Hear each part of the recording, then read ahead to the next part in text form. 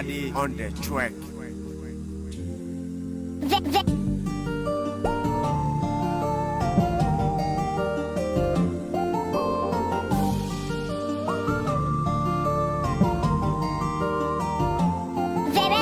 Toro, ayuwele, jugude kodo, nabuwele, kosate saya salakoye, wanekele, akana nanekele, namamor kutiwele, maligera sa, sengade yenisa, ubada bida bida la kogi bamosa, sa sengade yenisa, chemrazi patri kanye singo ubi bamosa, sa sengade yenisa. Salam alaikum, salam alaikum. Donc, on me malien bela jelen fo, rap ji gaspi investit gaspi vidro gonta gar wara ke wale. Donc, on kume degu ndo konna la. Ambora o degu in konna la. En flene bi. Alhamdulillah. Donc, me bela jelen fo. Donc, ka yira fene malien na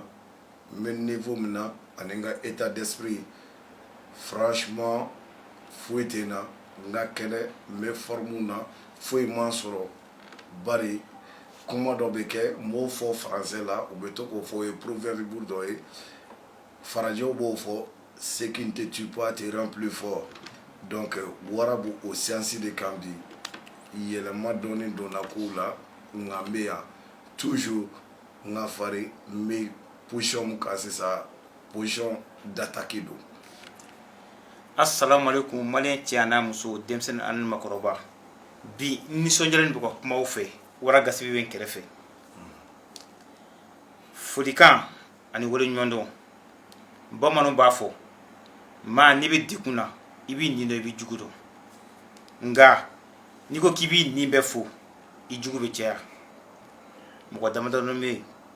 fangul ta to ko sebe ni koina nga me kuma to wara gasbi bulu. Donc, la fiado, là, je tiens à remercier ma famille, les amis et mes fan clubs, la Wara Gang. Donc, Ayemi Kaye, Adjaraya Bouyanama, Nabi, fait compter na min foyena. Matin, bidi soir, Nabi ba singa be fembe foyena. Allez, Mounumba Miri. Dieu ono iba fo konta kalama u ye ko do ke doko a beka remerciement meni kono ka damne fan club mo ay fem kay suntige la ka klaga na podium sigi ka war faranyo mo kom kay a jarayi a buyana mo trop je vous remercie.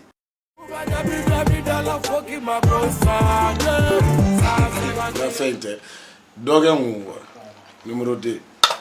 numéro 1 ti Ashura mi go mi foti Ashura allez mo inspiré Toro. Là je profite pour remercier tous les artistes qui m'ont soutenu depuis mon incarcération yo la nga fulu go inde ah bawo non yo wala go en mo yake non me nga fulu go non mais aklete jamagacha non mal donc non il va faut ko kalabana ngo go mo yake na sawara ata sa ngai wa mo gajaye ah do go yi bina jonta wa mo yala le ba bina jonta ade gros papito non c'est que ba donc quoi jamagacha c'est que artiste presque à bede munu publication ke Facebook quand munu wole vraiment wara ndongonu am se ka wa be kala sangu ma dire woli mbado wallahi mais a dengle chité nabi ma min fe yana min fo yana o tien yebe yi fele la ibe se fe na de ne wuli nabi ba don kulo la non de A à Z au numéro de ko ça ah mo danga ko di non ndara la wara atla digina anga fuli blebele be doni braskoy les managers à Master Soumi non koro fuli bi ko sebe o kofe minimo inside non koragata il travail non korage iga foli bien kosobe nya be fi artiste chamambe ah vraiment trop vraiment a bella gelé soutenir surtout minimo non koragata il travail na korage wa do yoro yere be ka fo min ka ba quoi de kodu do quoi bari ame bella gelé fo fait dans la podium ni fait on a donc ka ne soutenir ka se ni niveau ma fɛn bɛ réseaux sociaux kan mais maa dɔw bɛ il faut que an k'olu ta yɔrɔw ɲɛfɔ ka ɲɛ Ashura dɔɔni fɔlɔ n gɔnɔ jara alhamdulillah donc huma ag donc k'a ɲɛf'u ɲɛna franchement olu mɔgɔ ninnu u kan ka fo kosɛbɛ k'a daminɛ jɔn na Umar Gambi Boroni Gambi aka Oji président Oji ma ye c'est que mɔgɔ n'i bɛ degun nasuguya dɔ kɔnɔna la diɲɛlatigɛ kɔnɔna la c'est que quoi wari t'a ɲɛnabɔ foyi t'a ɲɛnabɔ min b'a ɲɛnabɔ o ye conscience niveau de ye quoi Umar n'i ka bonya n'i ka diɲɛ fɛn bɛɛ ye Nabi y'a fɔ n ɲɛna cogo di wara n ne to i place la don min na Sunbala ne to suntigɛ la maa fɔlɔ min ka pɛrɛ donna ne kunna Umar Gambi i ko a ma k'a digira la trop a ko k'a digira la trop Umaru a ye kuma dɔ fɔ n ɲɛna n tɛ se ka ɲinɛ kuma kɔ a ko Nabi ni wari ko don gasibi tɛ si n sɔnna ka kuma ye kuma ye marque turu o ye premièrement ye o ye wari o premièrement ye o ye premièrement ye a ko Nabi i bɛ va vient ko kɔni ko in na dépense o dépense n jɔlen n'a bɛɛ vraiment ne ye baro bila nin ko in na ne y'a bila an t'a fo nin fɛngɛ na ne y'a bila sa Nabi wari ko tɛ conscience de ye fɛn bɛɛ wala o de ne ko ne y'a bila sa voilà ne ye baro bila voilà c'est que a b'a ɲini ka n'a sɔrɔ cogo min na ani ka maaw ci ma Nabi o de jira an kan kosɛbɛ i b'a dɔn o de ye mɔgɔya laban yɛrɛ Nabi i kelen ka n'a fɔ ɲɛna don min na ko ɲɛmɔgɔ Roi 12 Basiri Dambele 12 ko ma k'a ni den ni fɛnw ko sigilen don a kɛra selidon misiri jigin Nabi e ka selidon wara de tun bɛ yen fɛ sa kana bɔ ne ye wara n ko misiri jiginnen selidon misiri jiginnen Basiri Dambele Roi 12 ko Nabi bɛ min o y'a sɔrɔ ɲɛ bɛ ka den appelé sisan n ja tigɛra n ko cɛ n ko wura ka ne wele téléphone ma ta o m'o ɲɛfɔ min a ye n wele ko n bɛ min n ko n bɛ so ko bon i labɛn n bɛ n'i nɔfɛ an bɛ taa Gaspi fɛ yen a taara an ye musokɔrɔba sɔrɔ yen ka denbaya bɛɛ sɔrɔ yen cɛ tout le monde était content n ka denbaya la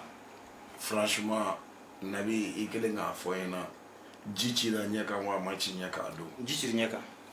non selidon ne yɛrɛ non n ko hali bi Ala ka Basiri kɛ n jigi ye ka taa fɛ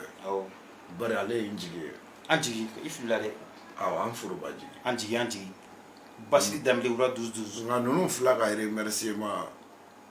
c'est que dɔw bɛ ale fɛn dɔw bila niveau dɔ la dɔnkili dɔw bila niveau dɔ la o tɛ quoi nka n bɛ ninnu remercier cogo min na Nabi o tɛ nin kuma in ye Facebook kan quoi waleɲuman dɔw fana bɛ yen waleɲuman dɔn yɛrɛ la reconnaissance o ye reconnaissance dɔ de ye parce que caman b'a miiri u kun na i b'a fɔ donc Gaspi ni faama dɔ bɛ ta u bɛ fɛngɛ la ou bien faama dɔ bɛ fɛ n b'a fɔ o ɲɛna Mali kɔnɔ Gaspi yɛrɛ ye waritigiba de maliyɛn b'o dɔn wallahi ni ne ko ne ye fantan ye diɲɛ kɔnɔ billahi Ala yɛrɛ bɛ dimi ne kɔnɔ a bɛ funu ne kɔrɔ wara ne tɛ se k'o fɔ dunun t'a yɛrɛ fɔ sa voilà i ko i fɔ k'o ban voilà donc k'a yira maliyɛnw na Oji Boroni Gambi nin tɔgɔ in kɔni ma da la ni bɛ s'a kɔrɔ Roi 12 n bɛ nalen waleɲuman dɔ don aw sigi aw kɔnɔ dɛ c'est la reconnaissance donc a bɛ an ka baaraw taabolo fɛ quoi a baara kɔnɔna la voilà a bɛ baaraw kɔnɔna la a bɛ baaraw taabolo fɛ voilà n ka foli bɛ Bokar Ba le fils de Djadji Ba i ni baraji ni ce Ala k'i sara kosɛbɛ i m'a faamuya an bɛ Bokar fo bare ma si la super auto awɔ super auto n ka foli b'i ye yan ba Cheikhna si la foli b'a ye n ka foli bɛ i ye yan Tijani Jabi Tijoski Tijoski donc n ka foli bɛ nin bɛɛ lajɛlen Papa Niang aussi hein Papa Niang wa depuis Kaïba Diabaté la famille depuis Kaïba wa da transit Papi Québécois tiens a da do sa wallahi billahi non daga fo daga fo ni ce ni baraji merci da transit asan cɛ ni ce ni baraji Ala ka barika don i la a da no sa n ka foli bɛ se mɔgɔ minnu ma o ye MCA mɔgɔ bɛɛ lajɛlen Kabashawa bɛ yan Cavalier Chevalier Terezi ala Terezi bɛ yan awɔ Jigamɛ Kavara ninnu Jigamɛ a bɛ yan foli bɔ aw bɛɛ ye yan Bacili ne ka mɔgɔw Bacili depuis MCA donc ko bɛ c'est an bɛ ka jamu ni fɛnw fɔ quoi mɔgɔ caman t'a faamuya quoi mais nka mɔgɔ bɛɛ y'a faamu Sakɔ fɛn bɛɛ b'i fasa da a ko Kana filɛ de sa Kali sɔgɔla jigin I b'a sinamuso den tɛ sa I b'a sinamuso den tɛ I ɲɛ bɔ nin na ɲɛjugu den I da ka yɛlɛ I kan sa I da ka yɛlɛ I kan I da nin ka yɛlɛ I kan I da donc an bɛ Kabasha bɛɛ lajɛlen fo n dɔgɔninw Iba Montana n dɔgɔnin awɔ Aji Wani Santiago bɛ bɛɛ lajɛlen fo voilà donc Fredo Ala ka bɔli nɔgɔya aw bɛɛ lajɛlen Free to free lafiya Buguni da n bɛ bɔ mais an bɛ nin canal kɔnɔna la est-ce que an tɛ don hali vidéo ko ni fɛn ninnu na cɛ n dabala non média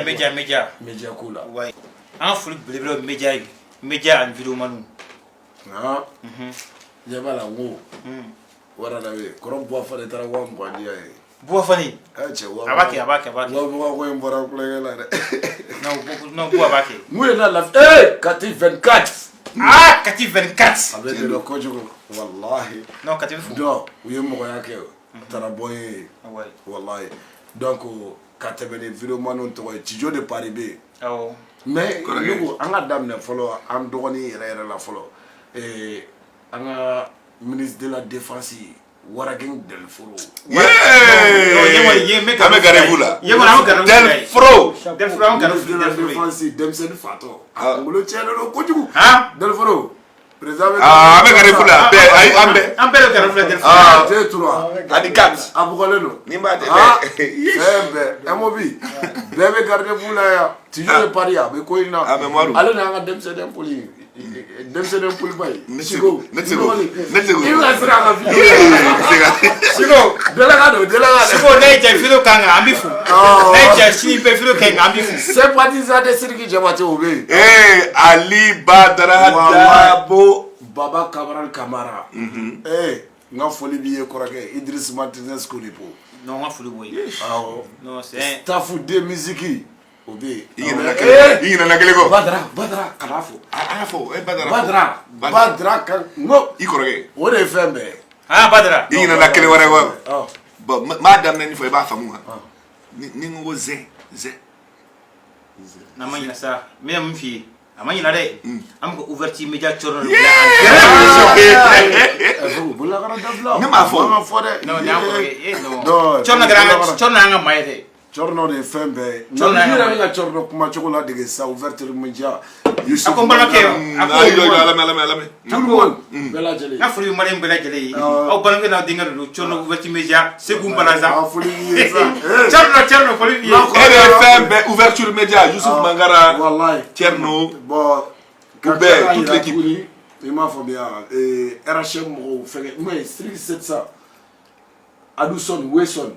c'est jama ka ca quoi an bɛ jɔn de ne ko e fɛ ka vidéo in kɛ 2 heures de yan e ka mɔgɔ si ka ban sa Maro an b'o kɛ vidéo filanan ok y a pas de problème parce que an bɛna ale quoi n bɛ tila ka na direct la Insta n ka mɔgɔ bɛ yen n ka Instagram kan n bɛ kuma o fɛnɛ kan quoi voilà an bɛna liste kɛ quoi kana ɲinɛ dɛ kan ka ye quoi Dulu 7 Youssouf Ɲagadu Youssouf Ɲagadu a ye sɔrɔ yen a taara baro kɛ n fɛ Ɲagadu taara ne bɛ yɔrɔ in tali ka ko ye o a taara bɔ yen dɛ Ɲagadu an ka foli bɛ yen les représentants de Double 7 au Mali Dabi kana ni yɛrɛ kɔlɔla fili a ye bilen di ma i nana diya dɛ maa bɛ ɲinɛ wari kɔ non a tɛ ɲinɛ numéro 2 i bɛ fɛ ka fili dɛ non a tɛ ɲinɛ balo yɛrɛ b'an kɛrɛfɛ yan non an ka foli Saka Balo ye n ka foli bɛ Saka Balo ye montre fila de bɛ cɛ in tɛgɛ la non nin 15 millions de wura 12 y'a diya i m'a fɔ ma nin ye Louis Vuitton ye nin ye fɛngɛ ye i b'a fɔ ma a bɛɛ prix n'a fɛn bɛɛ ci montri fila bɛ dira ne ɲɛna nka don montri tun tɛ ne tɛgɛ la i ye wara ka ko yan mais Nabi montre b'i tɛgɛ la o tɛ problème ye sisan fɛnw non nin wara na bɛ yen an ka tɛmɛ ni an ka fɛngɛw ye sisan an ka babuw ye donc projet Nabi kuma fɛ projet ko la foli bɛɛ lajɛlen kɔfɛ sisan an bɛ kuma wara ka projet kan wara kurakurara wara nana wara tɛ taa donc sisan an kun bɛ Abidjan jamana kan wara ga ta barado ke Abidjan ni ala sɔnna am to baro ke ɲɔgɔn fɛ donc n'an bɔra Abidjan n'an bɔr'o la tɔw la projet bɛ yen awɔ tɔw la projet fana bɛ yen ni ala sɔnna an bɛ taa tournée européenne dɔ la après tout ça fɛn dɔ bɛ yen o ɲɛfɔ jama ɲɛna après tout ça stade Omnisport Modibo Keita seli dugusɛjɛ wara Gaspé ka concert munna an ye Omnisport ta parce que baara bɛ 20 mars la baaraw bɛ yen a tɛ ka di mɔgɔ ma travaux bɛ yen ni ala sɔnna ma comme d'habitude wara ka so filanan stade Omnisport de Bamako 16 fois pour la 17e fois aussi ni ala ni kɛra sɔnna ma am ɲɔgɔn sɔrɔ stade Omnisport Mamadou Gassama na comme d'habitude an bɛ taa seli dugusɛjɛ comme d'habitude an bɛ taa fɛn in laban quoi voilà Nelson Gassama b'aw sɔrɔ yen quoi an bɛ ko in la il faut o ye kaso tɔgɔ ye dɛ bolagara dabila non o wara de sa nabi n b'a sara tigɛ dɛ non i delila fama ye ne la non émotion do quoi émotion do problème foyi t'a la sisan n bɛ n'o wara dɔ bɛ yen il faut que n ka n ka projet ɲɛfɔ donc n ka faniw ɲɛna voilà n kan ka projet saba d'aw ma franchement n ye projet ninnu bɛɛ sɛbɛn kɛri ni fɛn mun na quoi n kɔnɔna dusukasi n y'a dɔn ka se k'a fɔ quoi donc projet ninnu bɛ nalen n ka sɔn fɔlɔ dɔ bɛ yen n bɛ fɛ k'a yira n bɛ fɛ k'o titiri dɔrɔn fɔ aw ɲɛna donc sɔn tɔ ninnu n tɛ fɛ k'o yira quoi seulement a ka di n ye n bɛna ego trip de da aw ma Mali la parce que Mali rap sara dɔɔni quoi franchement même ne donné ne y'a ye yɔrɔ kɔsalen don parce que hali ni ne tɛ ka dɔgɔya ni n'u kan ka ne dɔgɔya ne bɛ kɛnɛma u dɛsɛra ne dɔgɔyali ni fɛn ninnu critique ra tan na je vois que Mali rap kɔsara kosɛbɛ quoi wara i ka kuma latigɛ franchement il faut que n ka layɛlɛn quoi i ka kuma latigɛ dɛ i minɛ ka se bi ma dɔnkili ma bɔ maa si ma dɔnkili bɔ donc il faut que n ka layɛlɛn quoi Ego Trip 2 donc bɛɛ lajɛlen k'i prêt bɛɛ k'i prêt a kama a bɛ nalen mais n tɛna fɔ n bɛna projet tɔ fila ninnu mais j'ai 3 projets n kan ka minnu di mɔgɔw ma inchallah bɛɛ bɛ bɔ a kalama vraiment n ɲinɛna mɔgɔ min kɔ ale ni n ye mɔgɔ minnu remercier c'est que a bɛɛ faralen ɲɔgɔn kan n bɛ Mali bɛɛ lajɛlen ne fo kosɛbɛ malien de l'extérieur malien de l'intérieur bɛɛ lajɛlen an fa n'an baw an dɔgɔ n'an kɔrɔw n teriw n bɛ bɛɛ lajɛlen fo an jɛɲɔgɔnw aw ni ce an sigiɲɔgɔnw wallahi bɛɛ sigiɲɔgɔn a sote wallahi aw ni ce aw ni baraji Mamadou Gassama Soni ka lɛmɛ frère Jamrasi Patrick Kanyesi no ubi mawosa Wokongoi dabri otendo Nika asi abene alache maliendo Ibe kelala bude kama ngache placido Nibe duya kunde bala ika perfido Ina faka dogo ina fotelu tiki pain Ete nyalike dogo do foka chen Ekran kofe kuma la kede nyogona te Mobe sengeni bete ke kuma yi sengela fien Bolo fe nyuma ni ke chogo nyuma bula énervé Je brage bale aka brade donne ti calculé So ternane wete nane yenga mrashiye Eshake mat ita chena me havase Toro ayuwele chugude kodo Ngaguwele kosate saya salagoe Walekele akana nande kele nama morgu tigi wele Maligera sanse ngate yanisa Ubata bida le kodi bagosa Sanse ngate yanisa Auda Deda Awara me mi dawa